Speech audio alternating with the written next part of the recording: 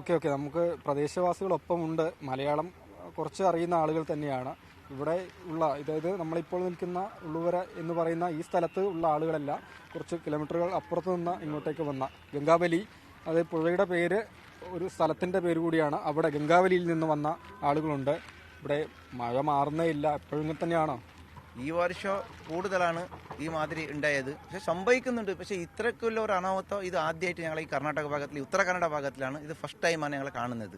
പക്ഷെ വെള്ളപ്പൊക്കമൊക്കെ ഉണ്ടാവും, പക്ഷെ ഇങ്ങനത്തെ ഒരു ബുദ്ധിമുട്ട് വരുന്നത് ഒരു പ്രശ്നങ്ങളില്ലായിരുന്നു.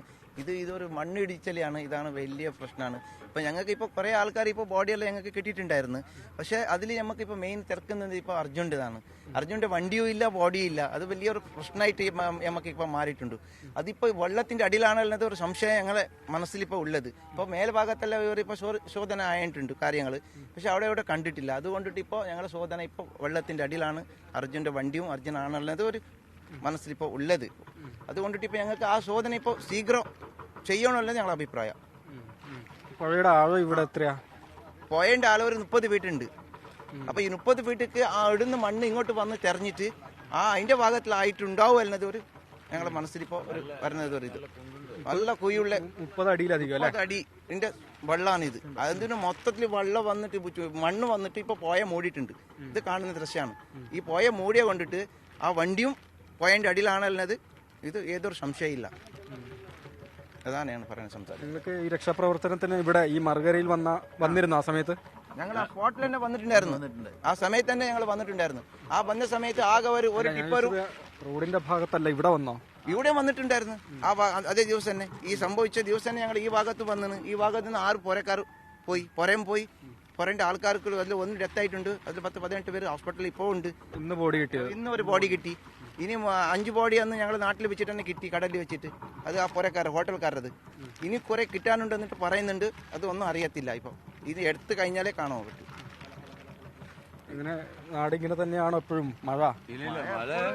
മഴ എന്ന് പറഞ്ഞാല് ഇങ്ങനെ ഉണ്ടാവും, മഴ ഉണ്ടാവും. പക്ഷേ ഇതുവരെ ദുർഘടന നടന്നത് ഇത് ഫസ്റ്റ് ടൈമാണ്. പക്ഷേ മഴ ഇടിഞ്ഞിട്ട്, പക്ഷേ അവിടെ ലക്ഷ്മണന്റെ ഹോട്ടലുണ്ട്. ലക്ഷ്മണന്റെ ഹോട്ടൽ എന്ന് പറഞ്ഞാൽ ആ ലക്ഷ്മണന്റെ ഭാര്യ നമ്മളെ ഗംഗാവലി പെണ്ണാണത്. അപ്പോൾ ആരും വന്നാലും അവിടെ ലോറിക്കാർ വന്നാലും അവിടെ വിശ്രാന്തിയായിട്ട് കുളിച്ചിട്ട് പിന്നെ ഫുഡെല്ലാം കഴിച്ചിട്ട് പോകുന്നതാണ്. അവിടെ നല്ല ഒതുക്കാനുള്ള സ്ഥലമുണ്ട് വണ്ടിക്ക്. അതുകൊണ്ട് അവിടെ കിടന്നിട്ടാണ് അവരെല്ലാം പോകുന്നത്, അത് ഡ്രൈവർമാർ. അങ്ങനെ അതേമാതിരി അർജുനും അതേമാതിരി അവിടെ കിടന്നുറങ്ങി. വന്നിട്ട് അവിടെ കിടന്നുറങ്ങിയതാണ്.